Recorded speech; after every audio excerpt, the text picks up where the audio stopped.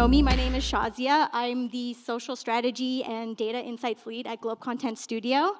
And today we're going to talk about one of my favorite topics in the whole world, brands losing their mind on the internet. So who here is old enough to remember what the world was like before Twitter 1.0? Who here is not psychically damaged enough to remember what the world was like before then? So not to age myself, but back in my day, before social media took over, brands were just brands, right? You don't really think that much more about them than that. When you thought of Nike, McDonald's, Wendy's, these were very successful companies, and they were really iconic, and the reason you would think of them for being very iconic was maybe because of their logo, or they had a really memorable slogan, or an amazing commercial, or amazing billboards, but you didn't think of them as having oh, I love their personality, I love what they have to say. Brands weren't thought of in that way. And then social media happened, and everything changed. Everybody joined social media, and then celebrities joined social media, and then sports teams joined social media, and government bodies and media companies like ours. And all of a sudden, anything that anyone would ever pay attention to in their day-to-day lives was on social media. And what do brands like? They go where all the attention's going, so they had to join social media too. But back in the early days, they couldn't do what they normally do and just show up, start saying their slogans, start putting up ads. It was kind of too new and untested an environment for that, so what did brands start doing? They started to adapt to the environment. They had to learn how to, like the rest of us, tweet through it, post through it, maybe say something funny to get people laughing, say something relatable that everyone would like and reshare. They had to learn to kind of be like us. And that's, I think, really where this whole trend started of brands having to have their own social media identity and personality. And cut to today, we're now in a world where the Wendy's Twitter account is just regularly roasting people on Twitter, and we're all fine with it, where the Duolingo owl is posting TikToks about its new BBL, and it's great content, it's a real thing, and where basically every social media manager is currently going through a collective psychological crisis on Threads. If you're not on Threads, trust me, it's a good time.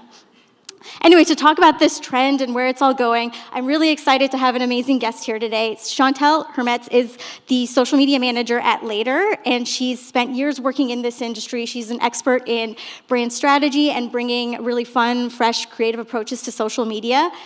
She's also someone who particularly really believes and is proof positive that having a great sense of humor and bringing humor to your marketing can be really, really effective. So everyone, please welcome Chantal to the stage.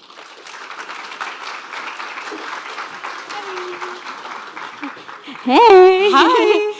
Oh my God, I wish I could tell my younger self that I was on a panel called Let's Get Weird. Yeah. Yes. We're all professional up here.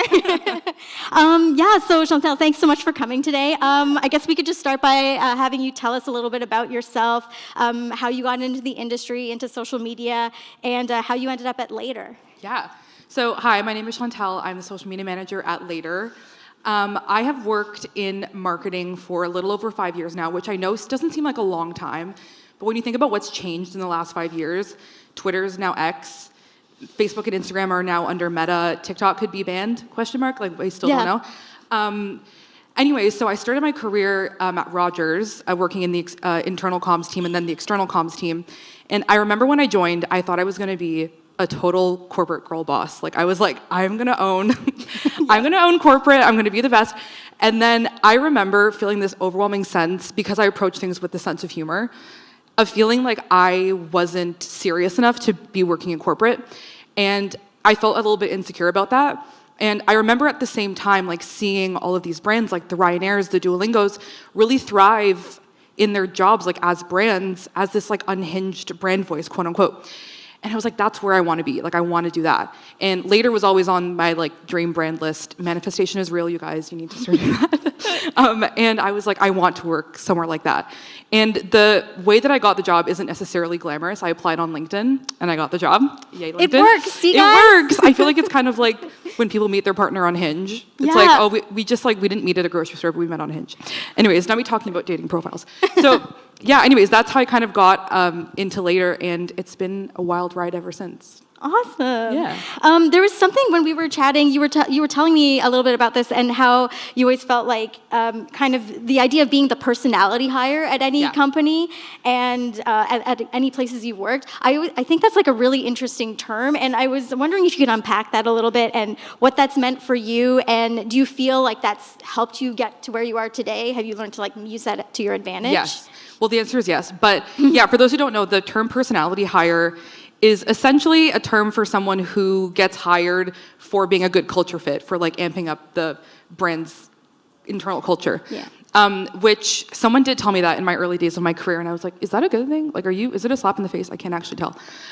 And anyways, I have learned over the years that having personality, especially in marketing, is strategy in disguise, because it's hard to teach someone how to be a human when it comes to branding. Completely. Because I feel like a lot of people will first of all get stifled with their creativity and like the approval processes, and it's hard to defend your work when you're working in social media, because sometimes your work, it's very public, and if the numbers don't support the content, it feels like you're kind of working for nothing. It's different from like paid media, where the numbers, like there's a certain amount of budget that can help you like prove the ROI of your post, but organic social is a lot different. And yeah, I felt like I needed to be a little bit more buttoned up and polished, and I realized when I got to Later that I don't have to be that person, and I think it's actually proved to be like a really great strength that I have, because it's hard to teach personality. Yeah. Not that I have like the best, but I'm just saying like it's hard to teach. It's hard to teach people how to have a personality online, and it's hard to defend it. So yeah, I think that's kind of how. Yeah, it's hard to quantify it. It's hard to quantify it, impact. Yeah, it was interesting. We were talking about like the whole thing about like there's soft skills and there's hard skills in any job, and social media I think is one of those weird places where your personality, your sense of humor, these are things that are normally soft skills anywhere else, but I think it actually could be more of a hard skill. You can make the argument for it. And I think there are ways to measure it, quantify it. Yes. How well are like how many likes did your crazy post about like some unhinged thing do? That's a way to quantify it. So it's totally like we're in a very unique business, I think. My favorite metric to quantify it too is cents per reach on Instagram. When you see, like, I just recently made a White Lotus meme, and it has like over 300 cents, and I was like, this is the thing. Like, people know who we are because we make these like entertaining pieces of content. Oh man! Wow, you're really on it. It's like based on the season finale last night. Oh no, I was on it. Like, no spoilers, guys. No spoilers, but it was amazing. Okay. Awesome. Okay, so I guess diving into this topic for today. So like, what is brand social as a concept? Like this trend of like branded entities having fully formed personas, and like where do you think it came from? Because I think for me. And like maybe everyone had their own personal different interaction with it. I think for me, it really starts with this thing that was called weird Twitter. Does anyone know what I mean when I say weird Twitter? I'm not just saying Twitter is weird. It's like it's a thing. I see a few nods. My people. There's articles that have been written about it, think pieces. Basically, it was this subculture of Twitter. My favorite definition of it is it's an intentionally wrong style of idiotic comedy that became its own culture. It's my kind of comedy. So I don't know if anyone had ever followed the account Drill on Twitter. Does anyone know how many people are going to raise their hands? Does anyone? Yes, one person. We did it. Yes, we did it. Look him up. He's a legend. But it was like comedians like Rob Delaney, Megan Amram, like lots of comedians around that time, I think were really embracing Twitter and really found ways to make it work for them and their style of comedy. And I think that's really where it started, because Twitter became this place where being really acerbic and like unusual and what was the words I used? Absurdist and idiotic was like a good thing. So brands coming into that environment, if they tried to be their normal, sincere, brand safe self, that wasn't going to fly. That was immediately rejected. So I think a lot of the early innovators in the space learned like, oh, we actually have to adapt to this environment. It's actually a good idea if maybe we start to post more like these guys. Maybe let's throw the brand safety book out the window for a little bit and start being a little bit more like this environment. I think that's basically was what germinated to the world where like the Duolingo is like killing itself on its TikTok and having like a whole like Yeah. arc around it. But I don't know, like, do you feel like it started around there or somewhere else? Yeah, I think the evolution of brand social is from broadcast to conversation, because you think about media and advertising, whatever, a couple of decades ago, it was about who could get the best ad spot, billboards, whatever it might have been. But now it's like which brand is actually participating in culture, which one knows internet culture the best, who knows what's going on, and that is kind of like, that is the currency, is are you involved in culture, can you speak to it in a way that applies to your brand, and it's not just about like having a Super Bowl ad spot, which is great, but it's actually funny because this year I feel like people started to realize that's not the best ROI for brands to be on like a Super Bowl ad. Like, yeah, you spent like whatever millions and millions of dollars, and then a small business in like Kentucky just gained 200,000 followers from a viral TikTok. Like, can they sustain that? That's another question. But still, like that's the difference. Yeah, for sure. And I just, so I put up on the screen here just like a couple of, I guess the earliest or the biggest examples of brands who have really done this sort of thing very successfully. So I'm sure most of you, hands up if you know like Twitter, or Wendy's Twitter persona, if you've ever seen them roasting people on social media. It's like a big thing that they kind of are one of the first brands I noticed were like really doing it and doing it very effectively and getting like going really viral for it.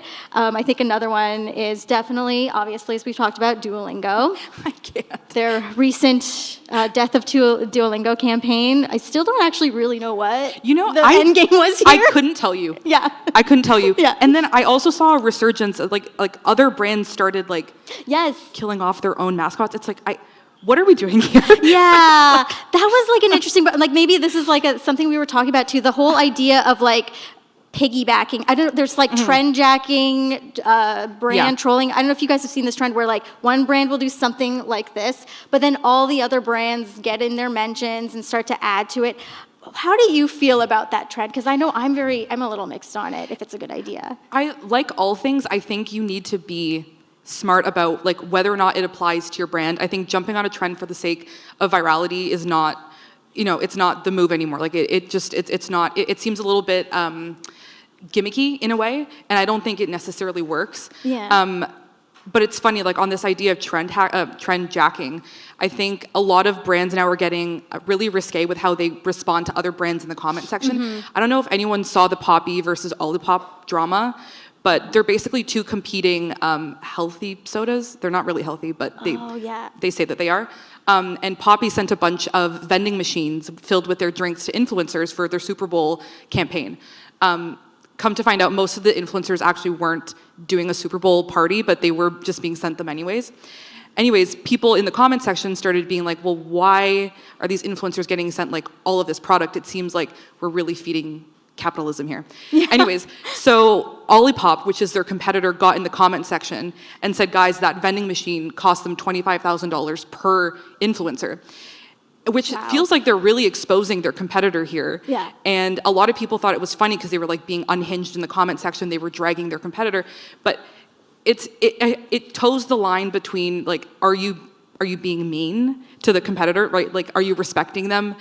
I think Wendy's actually does a good, like they have a good balance between roasting and then also like being friends with McDonald's sometimes. Like I think they have a good balance at least. But that really was interesting because it didn't feel right. And also my thought was, did the social media manager have permission to post that, or did they just post it? Because that's one other thing, is part of the job is managing these comment sections, and it's the least supervised part of the job, right? Because I'm not going to go and tell my boss every time I'm commenting on a piece of content, right? So I don't know, it seems like that trend jacking, that like being in the comment section, that is a little bit tricky now. So I think it needs to be in good taste. Yeah, and I feel like there's this feeling like if one brand posts one thing, I definitely see this a lot on threads where, I don't know, like American Eagle would be like, good morning, girlies, and like say something really non sequitur. But then all these other brands will like get in their mentions, but it'll be like Microsoft, like McDonald's, like it'll be all these brands that have nothing to do with each other. I think that's where it's like maybe it starts to feel a little like low effort and like what are we doing here? But things like where there's definitely a clear competitive, like Wendy's versus Burger King was obvious. I've seen it done really effectively with a lot of sports teams, like during the playoffs, like sometimes all these different brands and their mascots will like get in on each other on Twitter. Like that seems like a really effective way to do it, but it's definitely not for everyone. And you do have to be like really careful with this sort of stuff for sure. Yeah, it's funny. There's a couple times where I've, as the social media manager, jumped in on some of those conversations. Yeah. And one time we had a comment on. Do you guys know ManyChat? ManyChat is like a DM automation tool, and so I commented on one of their posts. It was like a "Hey bestie" type thing, and I said "Hey bestie," and anyways, they were like, "Wait, we love your tool." Like the like brand sent that to me. I was like, "Wait." Aww. Do you want a partner or something? So you're going in thinking we're going to start this great rivalry, and they're like, "Can we be friends?" Yeah, like, love you. Oh, sometimes it goes right. Yeah, it was really nice. Okay, so that actually brings me to one of my questions. So Later, for those of you who don't know, it's a SaaS, software as a service, I guess, platform built specifically for social media creators and social media brand managers. So naturally, your own social media presence is very key, and I'm sure you guys think about it a lot and how you want to craft it and personify it. So like, what is your approach and your team's approach to defining your social brand for Later? How do you decide what content you're going to post and like when to do stuff that's super silly versus like let's do stuff that's more tied to the KPIs for the week, month, year, etc. The KPIs. Yes. So I really love my job, but I love my role because it's meta in the sense that I'm a social media manager and part-time content creator who's doing the job of marketing a product that's for social media managers and content creators and marketers. So I feel like in a sense the audience is me. And so it feels a little bit more innate to be able to come up with these content ideas. But you caught me in an interesting point at Later. I was talking to you about this before. Yeah. Where we are shifting a little bit more to that informational, informative, educational content. Just because we have noticed that the trends that because the whole Later platform, or the Later social platform was kind of built off of these trends that we were jumping off of. And, you know, there would be a time where like a reel that we posted that got 1 million views gained us like 1,000 followers. And that's just not how it is now. I think people really value original content. And so we're trying to focus more so on that. Oh, there's my face. Oh yeah, sorry, I just wanted to, because it's on topic, show you some examples of some of the more fun, lighthearted stuff they posted on Later. So, we do want to start having more of that like 80-20 split where it's like 80% is informational and informative, and then the other bit is, you know, having fun, being weird and silly. And even that, I don't know the name of that character. Yeah, it's something from the Muppets. Oh, it was Pepe something. Pepe, yeah. And he was going viral, and I just said, I need to participate in this. And yeah, that day I would have been airdropping photos from my phone to my laptop, and they were all converting to HEIC. And I was like, this is not working because I couldn't post them. Anyways, so yeah, it's just about really trying to capitalize on those moments. And I'm lucky that I have a lot of trust, which I'm sure we'll talk about, but I have a lot of trust from my leadership because I have proof that it's worked, right? And yeah, so I would say that's pretty much where we're at right now. Yeah. But because we have matured as a brand, we include a lot of content creators now in our platform, a lot of marketers. We also want to focus on enterprise marketers. So yeah, we're trying to find the intersection of all of those personas and what content works for all of them. Yeah. So it's still an ongoing topic that I have like at work every day. But yeah, I think that's basically the gist of it. Yeah, and I'm curious to how you guys think about like getting back into the KPIs. Do you find that you have to do a lot of proof by like, here's why we think this sort of content, even though it's not really related to a specific like campaign we're doing right now, here's how we're going to measure its impact. Like I know for Duolingo, for example, they are very prevalent at posting some of the most zany things that you watch them and you're like, how could this possibly be helping you guys make money? But I know their social media marketer recently did an interview who said, like, we actually track it. We see a clear trend graph of every time we post a TikTok that hits and the number of times that our app gets downloaded spikes. But not only that, they've built in, like, I guess a brand lift survey almost into the download workflow, I guess, where people say, it asks the downloader, how did you hear about us? And they see a huge spike in TikTok is how how I heard about you. So there's a very clear A to B line that they're measuring that I know it doesn't look like they'd be measuring anything, but there is, thanks to the internet and thanks to lack of privacy, unfortunately, it's very easy to track your impact and how your users are responding to things. Yeah, we would track it in a similar way. Like all of our campaigns and posts have a URL, or sorry, a UTM attached, so we can track like whether or not there's like a traffic spike to the website. So that's like the major way that we track it. But I saw this tweet a long time ago. I don't know who it was, but it was like, manager, how do I prove the post, like this ROI of this post? And it was like, me, a social media manager, your brand was irrelevant before and it's relevant now. And it's like, that's like the crux of like having brand awareness being one of your ROI, like it's important to be known and to be well liked. It's so true. I'm more of like we always talk about like the dichotomy between paid social and organic social, and like I'm very much more on the performance side of things, the paid side of things, and sometimes I forget, there are other ways to measure things other than the gross profit, net profit, brand awareness, impressions, like some of those bigger, they seem like they're cheap and easy to get, but they're actually not that easy in this attention economy. So like they have value too, and it's 100%. sometimes important to like open your mind to like how you measure success. Being adaptable. Anyway, sorry, I know we're gonna potentially run long, and I do want to leave like a couple minutes at the end for questions if anyone has them, but I guess one last thing I wanted to talk about is the potential for crisis management. Obviously, when you're taking really big swings on social media, there is a bigger chance that keeping it real goes wrong, doing things goes wrong. So I'm curious, like, how do you think about if this doesn't hit, if people get offended, or it doesn't work out for whatever reason, it sends the wrong message? Do you have like a crisis management plan in place, or do you have like proactive things you do? Yeah, I mean, the first step is I like to take the pause then post approach, where like don't just like, even for that guy, not that it was, very, not that there's anything crazy about that, but still like really think like what's interesting about meme marketing is sometimes the genesis of the actual meme is somewhere that's, not a great place to make fun of. Oh my God, yeah, just a couple more prized posts, possessions. So yeah, I would say we take the pause then post approach. I would also say that we plan like optimists and prep like pessimists, in the sense that we have escalation plans in place if something needs to be escalated.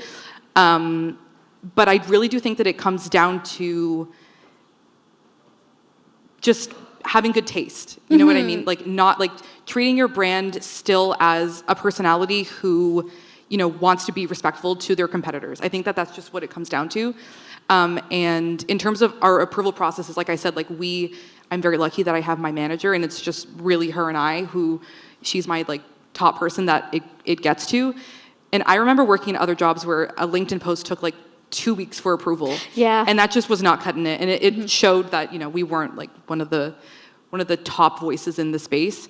But yeah, I would say that that's our crisis management. For sure. Process. Yeah, it's true. Like it's so hard to find that sweet spot between like we want to make sure it goes through the proper channels, but like we need to move at the speed of culture. That is the job. Yeah. And that sometimes means like putting things through, getting things online. Like White Lotus just wrapped. People are going to be talking about this for 24 hours, and that's it. So like sometimes we got to kind of check our own gut. It's kind of I think that's why I think doing comedy writing is very similar to social media marketing at this point, because this is why you have a writer's room. Yep. You have people to bounce ideas off of, and usually in your small group, if it works for you guys, it should hopefully work for everybody.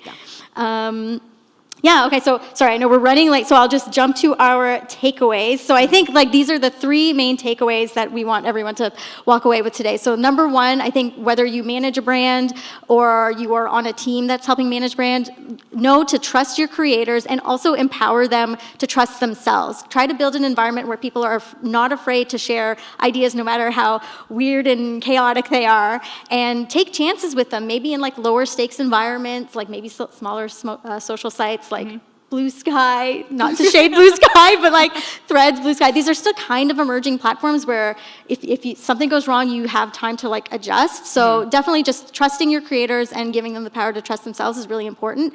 And also number 2, having a plan. Even the most chaotic brands, Even Duolingo has, I'm sure, a very robust strategy behind everything they're posting. So just know, no matter how off script you want to get, just kind of always have in the back of your mind, like, what is our end game here at the end of the day?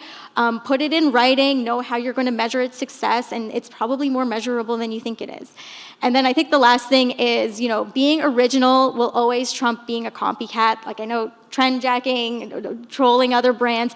It's fun maybe as like a little side thing if you can find your sweet spot into that trend. But like, I really think it's important to, fight the pressure of like wanting to hop on every single thing just because that's what every other brand is doing.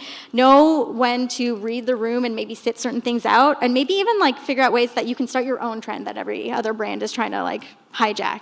I don't know. Yeah, Chantal, do you have anything else to add to that? Yeah, I would just say that I think a lot of brands conflate having a personality with being unhinged, and you do not need to be unhinged to have a brand voice and a brand personality. Yeah. And I think fun can look like a lot of things. It could look like really smart copywriting for your captions. It could be, really smart video edits. Like it just means not being corporate. Yeah. Like very corporate and stuffy. It just means like being a human, basically. Yeah. Yeah. Be more human. Be more is human. the takeaway. Yeah. Great. Thank you so much. Yeah. Thank you so much. This was great. Oh, sorry. About to cut you guys off. Yeah, I just wanted to see if anyone had any questions or comments or funny TikToks they want us to play or anything like that. Hi, my name is Laura, and I'm kind of a LinkedIn influencer, I guess like 31,000 followers, but it's the algorithm, I don't know what the hell it wants, okay? So Relatable. To what degree do we keep trying to manipulate the algorithm and do what other people are doing in the sense that it seems like they're successful? Yeah. And to what degree do we just keep plugging away? This is the eternal struggle. I'm not sure how many people heard that, but basically the question is just like, with the algorithms of these social platforms changing every day and just being so hard to predict, like how do we find success? And if we're not finding success doing what other people are doing, like how do you figure out how to game that system? I feel like I also have this question. I'm sure you're also like, I would love to know the secret sauce. I feel like, honestly, for me, what I've just found is like, I think I've just stopped trying to figure out, like, unwind what the algorithm is doing day to day and figure out, like, what's the secret sauce here? What did Adam Mosseri change in the back end that's now making this thing on Instagram go viral versus that thing?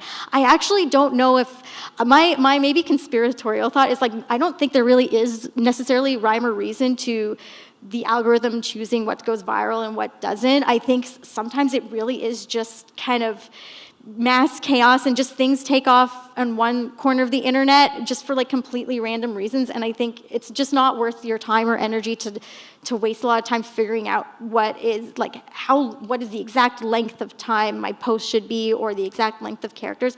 As long as you're just always posting stuff that this is what I know about, this is what my audience is coming to me for, this is what I know. If I was scrolling through LinkedIn or Instagram or TikTok, I would stop and scroll. I would stop scrolling and stop on this particular thing. If it interests you, that's number one. Like, that's got to be like the thing that pushes you to make that content and publish it at the end of the day. I think as long as you know what you like and you know what your audience likes or generally would like, that is generally, I think that's the best you can kind of do. And like maybe leaving like 10, 20% room for like, let's try this thing I would never normally go for and see what happens. But I think long ago I've stopped trying to figure out the machinations of these platforms. I'm just like, let me just post something that has value. Yeah, I totally agree. I think from a tactical standpoint, I think, first of all, you've chosen the right platform to be on in terms of LinkedIn. LinkedIn influencers are seeing like a huge success rate just because it's, not that it's an emerging platform, but influencer marketing on the platform is new. It feels very in growth mode. Yeah, creators right are now. making a lot of money, so kudos to you for that. Also, posting on LinkedIn is not cringy anymore. I hope that everyone knows that. You can post on LinkedIn. Yeah, it's not cringy anymore. It's cool. Yeah. But I think my advice would be to experiment with different formats on the platform. Try some carousels, videos. I saw a stat that video is seeing 36 times more reach than it used to on LinkedIn specifically. So testing out different formats. I would say that. I know it's so hard. It's so hard trying to fight the algorithm. Also, anything that works today, probably by tomorrow, it's going to be like, well, we made this little tweak, and now no one will see that ever again. It's like it's hard to keep up. But yeah. Oh. I love these mics. I remember them from 3 years ago, the first event. They're fun. Oh, I love that. I'm a strategist, and I do a lot of training and workshops with organizations, and I would love to know your thoughts on how nonprofits and even government organizations, I was just doing a workshop, for example, municipal governments, they tend to be a little bit more, not nervous, I guess, about making a mistake or messing up when it comes to getting weird or letting loose on social. What would you say to them? What's your advice to nonprofits and government? Okay, I would tell them, or sorry, do you want to repeat the No, question? you go ahead. Okay, I would tell them to look up Stats Canada's Instagram, because Stats Canada, like, with all due respect, data is not very interesting to me sometimes. And Stats Canada, like, even just recently, they posted a carousel about what kind of data set each horoscope sign would be. And I was like, I would never have been interested in following Stats Canada. And they found the niche that works for them. And people in the comment section were saying, like, there's no reason for me to follow Stats Canada had it not been for this post. And I think they, like, just finding that little sweet spot, and I do think it takes experimentation, but I think if you're trying to frame it for, like, senior execs, I would frame it as experimentation, and trying, like, threads, like these, like, smaller platforms where it's a little bit lower risk. So yeah, I would say to start there. And I would also encourage employees of these companies to get a little bit weird on social, but I do know that there's, like, playbooks that you need to follow. So not necessarily, but yeah, that's where I would start. Yeah, I was going to say similar things too. Like, I think looking for examples of other brands in your space that have done it or seem to be doing it successfully can be really helpful. Like, I guess for me, like, I obviously work in a news company. I really follow, like, the news media and how they're responding to social media over the years. And so I think one example, like, you tend to think of newspapers as maybe more stodgy and more serious about the news, but, like, the Washington Post TikTok channel is, like, a great example of how this very old, staid media organization, very trusted media institution, is going on TikTok and making really funny, zany, silly videos, but it's about the news still. It's still informing people, but they found a way to do it in a way that, like, younger people are like, yes, okay, not only did you make me laugh and make me think you're kind of weird, but you also taught me about what my government is doing today. There's also, like, we were talking about, like, Merriam-Webster Dictionary has if I was still on Twitter, that's one of the last ones I still follow on Twitter. But they are very, very smart at being very subtle about tying what they're posting into the current news cycle. Like, I don't know if I'm trying to think if there's, like, a specific example, but they find ways to post things that just seem to so happen to have been a keyword that Trump used in a recent speech, and they'll be like, just to clarify, here's the definition of this word. Just in case that was confusing. So there's definitely ways you can kind of be, like, a little subtle and still be very relevant and culturally in the know without going totally off the rails and doing what, like, the Nutter Butter TikTok account does. I don't know if anyone see that, but maybe viewer discretion advised. Yeah, you should look it up if you don't have time. Yeah, you have time after. Oh, yeah. Thank you. My name's Shazia, and I was just wondering, how do you tailor creative social media strategies for different platforms while maintaining, like, the core brand value? Oh, yes, the eternal. So now, first of all, how many social platforms do we as social media managers have to manage now? Is it, like, it's in the triple digits now, right? Yeah, it's got to be. It's got to be. Anytime Zuckerberg buys another one, I'm like, why? But this is kind of your wheelhouse, right? Because Later was essentially built to help you adapt your content across platforms. Yes, is that true. right? Yeah. Yeah. I would say, yeah, that's an interesting one. So we carry our brand voice obviously throughout each platform, but the way that we deliver content on each platform is different. For example, sometimes our trending audio content doesn't necessarily perform well on LinkedIn. So we just haven't been doing that as much anymore. But what we have found works on LinkedIn is more of, like, these, like, one-liner zingers that I like to call them. So, it could be considered like a meme in a sense, but it's just, like, quick one-liners that are very highly shareable. But I also think, like, for example, on LinkedIn, like, that's a place where we want to spotlight our employees. That's where we want to spotlight our company, like what we're doing. Whereas Instagram is not really the place for that to live. Like, we haven't found a lot of success with that. So, and then obviously then there's Threads, where I feel like I have been getting unhinged, severely unhinged on there. And yeah, so like in a way that I would never do on LinkedIn, because there's, you know, more exec exposure there. But I just think it's about learning the platforms and learning where things fit on each platform. Yeah. And knowing, I think part of adapting to all your content to all the platforms is knowing to not adapt them to all the platforms. Like, you don't need to take each post and post it 12 different times. Like, you don't need to put yourself through that. Yeah. Just knowing, like, I want to post about this thing. I want to put the message out there about this thing. Let's choose like the 3 or 4 platforms that are the best fit for that. Yeah. It's okay if it doesn't end up on Instagram or Facebook or whatever. Like, just Totally. knowing how to pick your battles, I guess, I think is just as important as adapting. Yeah. So I think now we are going to give you guys a little bit of a break and take some time to process everything you've heard today. But yeah, thank you again to Chantal for joining us. Thanks, This was guys. really interesting. Thanks. Thanks, guys.